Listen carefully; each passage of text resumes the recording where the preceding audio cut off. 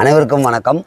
இந்த உலகத்திலேயே மிகப்பெரிய கண்டுபிடிப்பு என்ன அப்படின்னு கேட்டிங்கன்னா, எல்லாமே மிகப்பெரிய கண்டுபிடிப்பு தான். ஆனால் தனித்தனியாக கேட்டிங்கன்னா ஆச்சரியமாக தான் இருக்கும் ஒவ்வொன்றும். ஒருத்தர் சொல்கிறாங்க, வீடு கட்டுறது இன்ஜினியர் இருக்காங்க இல்லையா, அது முதல்ல ஒருத்தர் வீடெல்லாம் கட்டி கண்டுபிடிச்சார் இல்லையா, அவர் தான் சொல்லுவார், அந்த வீடெல்லாம் நீங்கள்லாம் மழை வெயில் எல்லாம் எங்கெங்கெல்லாம் போய் இருந்திருப்பீங்க, எவ்வளோ கஷ்டப்பா, அப்போ இதுதான் பெரிய கண்டுபிடிப்புன்னு சொல்லுவோம். இன்னொருத்தர் சொல்லுவாங்க, சவுண்டு இருக்குல்ல, இந்த வார்த்தை மொழி இல்லைன்னா நீ எப்போ ஒருத்தர் பரஸ்பரமாக பேசியிருப்பீங்க, எழுத்து முறையும் வார்த்தை ஒளியும் தாண்டா முக்கியம், அவர் கண்டுபிடிப்பு சொல்லுவார். மின்சாரத்தை கண்டுபிடிச்சவர்கிட்ட போய் கேட்டேன்னா கரண்ட்டுலாம் எதுவுமே இல்லை, அப்போ இதுதான் பெரிய கண்டுபிடிப்பு. ஸோ எல்லாமே தேவையான கண்டுபிடிப்பு. சரி, இந்த டாபிக் எதுக்கு அப்படின்னு கேட்டிங்கன்னா, ஒவ்வொரு நாடும் ஒவ்வொரு விஷயத்தில் மேலோங்கி இருக்குது. இப்போ கல்ஃப் கண்ட்ரியில் எடுத்துட்டிங்கன்னா பெட்ரோலு, கேஸு, குருடு ஆயிலு, கெரோசினு, தார்கட்டி, இது எல்லாமே அங்கேருந்தான் கிடைக்குது. சரி, ரைட். இப்போ அது தடைப்பட்டால் நம்ம நாட்டுக்கு ஒரு பாதிப்பு இருக்கும். இன்னொரு நாட்டில் அது மாதிரி ஒவ்வொரு நாட்டுக்கும் ஒன்று இருக்குது. நம்ம நாட்டுக்கு என்ன சிறப்பு அப்படி இருக்குது? விவசாயம் நம்ம அனுப்பலாம் சாப்பாயிடுமா, இல்லை இது வேறு எதாவது சாப்பாயிடுமானா நமக்கு அந்த அளவுக்கு விஷயம் தெரியாது அப்படின்னு வச்சுப்போம். நமக்கு எதுவுமே தெரியாதுங்க நம்ம நாட்டில் என்னவோ. ஆனால் நம்ம நாடு மூலிமா எல்லா நாட்டுக்கும் என்ன பயன்னா, நம்ம வாங்கி யூஸ் பண்ணுவோம். நம்ம வாங்குறது நிறுத்திட்டு அவங்களுக்கெல்லாம் கஷ்டம். கொஞ்சம் தான் கஷ்டம், ரொம்ப கஷ்டம்லாம் கிடையாது. ஏன்னா நம்ம வாங்கலைன்னா அதை கொஞ்சம் கம்மியாக ப்ரொடக்ஷன் பண்ணி கம்மியாக விற்றுட்டு போவாங்க. அப்போது வாங்குறதுல நம்ம முதன்மையாக இருக்கோம். ஏன் வாங்குறதுல முதன்மையாக இருக்கும்? மக்கள் தொகை அதிகம் உள்ள நாடு சீனா நம்ம. அப்போ நம்ம வாங்குறதால தான் மற்ற நாடுகள் வாழுது. ரைட். நம்ம வாங்கலாம் அவனுக்கு ஒன்றுமே ஆக போகிறது இல்லை. ஆனால் இப்போது கல்ஃப் கண்ட்ரிலேருந்து மற்ற நாட்டிலேருந்து நமக்கு பெட்ரோல் வரலன்னா ஸ்தம்பிச்சு போயிடும். இப்போ அதுதான் நடந்துக்கிட்டு இருக்கு. கேஸ் இல்லை, பெட்ரோல் இல்லை, டீசல் இல்லை அப்படின்னா நம்ம ஸ்தம்பிச்சு போயிடுவோம். நம்மளுக்கு எதுவுமே நடக்காதுன்ற அளவுக்கு ஸ்ட்ரகிள் ஆகி நின்றோம். அதுதான் இப்போ இருக்கிற உண்மையான விஷயம்.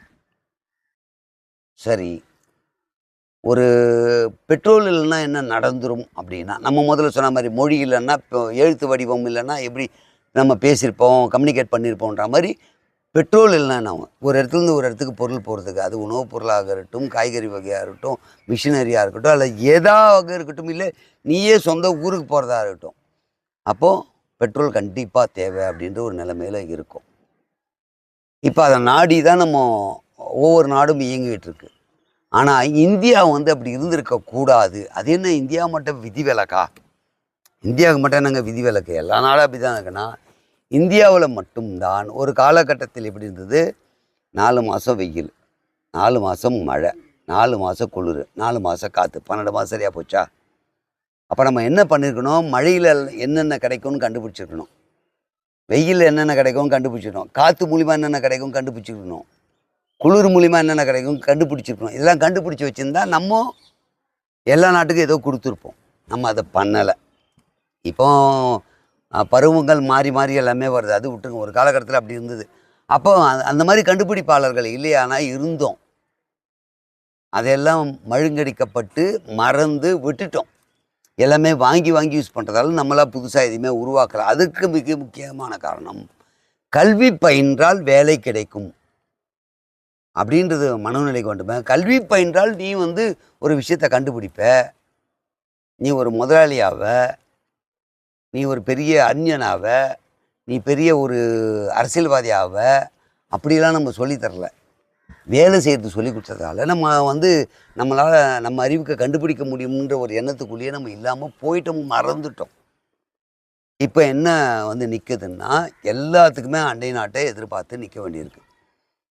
நம்ம நாட்டிலே கிடைக்கக்கூடிய குடிநீர், நமக்கு நீர் நிலை ரொம்ப நல்லா இருந்தது, அதையும் பாதுகாக்கலை.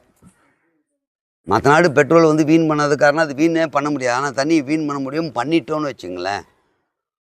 அது நம்ம ஒரு வகையில் பாதிக்கப்பட்டாலும் இப்போ எல்லாத்துக்கும் எதிர்பார்த்துருக்கிறதால, அதுவும் மக்கள் தொகை ஜாஸ்தி இருக்கிறதால ஸ்தம்பிச்சு போய் நிற்கிறோம். இதுதான் நிதர்சன உண்மை. ஒரு பெட்ரோல் இல்லைன்னா உலகம் இயங்காதா அப்படின்னா ரொம்ப கஷ்டம். ஏன்னா அதுக்கு நம்ம அடிக்ட் ஆகிட்டோம், அதுக்கு இல்லை, அது பழகிட்டோம். பெட்ரோல் இல்லாமல் டீசல் இல்லாமல் எதுவுமே நடக்காதுன்ற அளவுக்கு நம்ம பழகிட்டோம். இப்போ இது மட்டும்தான் பிரதானம்னா அப்படியும் சொல்ல முடியாது. இப்போ லாரி ஓட்டுநர்கள் ஸ்ட்ரைக் பண்ணாங்க, அப்போ பெட்ரோல் கிடைச்சது. ஓட்டுநர்கள் ஓட்டல்னாவே, லாரி அசோசியேஷன் ஸ்ட்ரைக் பண்ணாவே எல்லாத்துக்கும் பொருள் போகல. அப்போ அதுவும் முக்கியம். ஒரு ரயில்வே ஸ்ட்ரைக் பண்ணுதுன்னா ஸ்தம்பிச்சு போகுது, அதுவும் முக்கியம். டிரான்ஸ்போர்ட் பண்ணணும்னா இப்படி எல்லாமே முக்கியமான விஷயம்தான். எல்லாமே முக்கியம்தான். அதனால் இதுதான் முக்கியம் அதுதான் முக்கியம்னு சொல்கிறது செகண்டரியாக வச்சுக்கலாம். ஆனால் இந்த பெட்ரோல்ன்றது எப்படி ஆகி போச்சுன்னா எல்லாத்துக்குமே மூலதனமாக அது பயன்படுத்துகிற வகையில் வந்துட்டோம் நம்ம. இப்போ அதுதான் நடந்துக்கிட்டு இருக்கு. இதற்கு காரணம் என்ன அப்படின்னா எஸ்டீம் ஃபைல். எஸ்டீமாக சொல்லுவாங்களே பெரிய அளவில் எஸ்டீம் ஃபைலை மூடி மறைப்பதற்காகத்தான் அமெரிக்காவில் இருக்கின்ற அதிபர் ட்ரம்ப் அவர்கள் மூடி மறைக்கிறார். அதற்காக ஒரு நாட்டின் மீது போர் தொடுக்கிறார். அந்த போர் மூலமாக இதை மறந்துடுவோன்றது தான் உண்மை. அமைதிப்படையில் சத்யராஜ் சார் குளிச்சுட்டு இருப்பார். அப்போ ஒரு பிரச்சனையை பற்றி பேசினுப்பார். பேசினுட்டு மேலே வரும்போது அவருடைய ட்ரௌசரை மணிவண்ணன் சார் இன்னொருத்தரும் 2 பேரும் நான் தான் துவைப்பேன், நான் தான் சீனியர்னு அடிச்சுப்பாங்க. அடிச்சுக்கும் போது மேலே வந்து கேட்பேன், மணியா நம்ம என்ன சொன்னோம்? ஐயோ நாங்கள் போட்ட சண்டையில் மறந்துட்டோம், மக்களுக்கு சண்டை போட்டால் எல்லாம் மறந்துடும் இல்லையா அப்படின்னு சொல்லிட்டு ஒரு பிரச்சனையை கிளப்பி விடலான்னு சொல்லிட்டு பிரச்சனை பண்ணுவார். அதே மாதிரி தான் ட்ரம்ப் இப்போ என்ன பண்ணுறாருன்னா அந்த எஸ்டீம் ஃபைல் சொன்னேன் இல்லையா அதை மூடி மறைக்கிறதுக்காக ஒரு போர் தொடுத்து அந்த பிரச்சனையை திசை திருப்பி அந்த போர் பார்த்தா கூட பிரச்சனை வராது, அவன் வீட்டு உள்ளே பிரச்சனை நுழையணுன்ட்டு இப்போ பெட்ரோல் கேஸ் எதுவும் கிடைக்காதனால அவன் வந்து எஸ்டீம் ஃபைலாவது எந்த ஃபைலாவது போட்டவன் கூட முதல்ல இன்னும் ஆகிறதுக்கு ஷோரு ஆகிறதுக்கு வழி இல்லை, வெளியே போகிறதுக்கு பெட்ரோல் இல்லை, இந்த பிரச்சனை இல்லை, அதெல்லாம் மறந்துடுன்றதுக்காக பண்ணியிருக்கலாம். அதனால் நம்ம திசை திருப்ப பண்ண வேலை தான் இது. நீங்கள் பண்ண வேண்டிய ஒன்றே ஒன்று, இனிமேல் வரும் இளைஞர்கள் ஏதாவது கண்டுபிடிச்சி பெட்ரோலுக்கு பதிலாக என்ன யூஸ் பண்ணலாம், டீசலுக்கு பதிலாக என்ன யூஸ் பண்ணலாம், இப்படி கேஸுக்கு பதிலாக என்ன யூஸ் பண்ணலான்றதை கண்டுபிடிச்சா ஒரு நாடு யாரையும் சாராமல், அதாவது மிகப்பெரிய விஷயமான பெட்ரோலை சாராமல் வாழ முடியும் அப்படின்றது என்னுடைய தனிப்பட்ட கருத்து. உங்கள் கருத்து என்னென்னு பதிவு பண்ணுங்கள். தப்பாக பேசியிருந்தால் மன்னிங்க, சரியாக பேசியிருந்தால் மட்டும் இந்த வீடியோவை ஷேர் பண்ணுங்கள். இது ட்ரம்ப்பு பண்ணுற விளையாட்டால் நம்ம வீட்டு ஒலை கொதிக்கலை, இதுதான் உண்மை.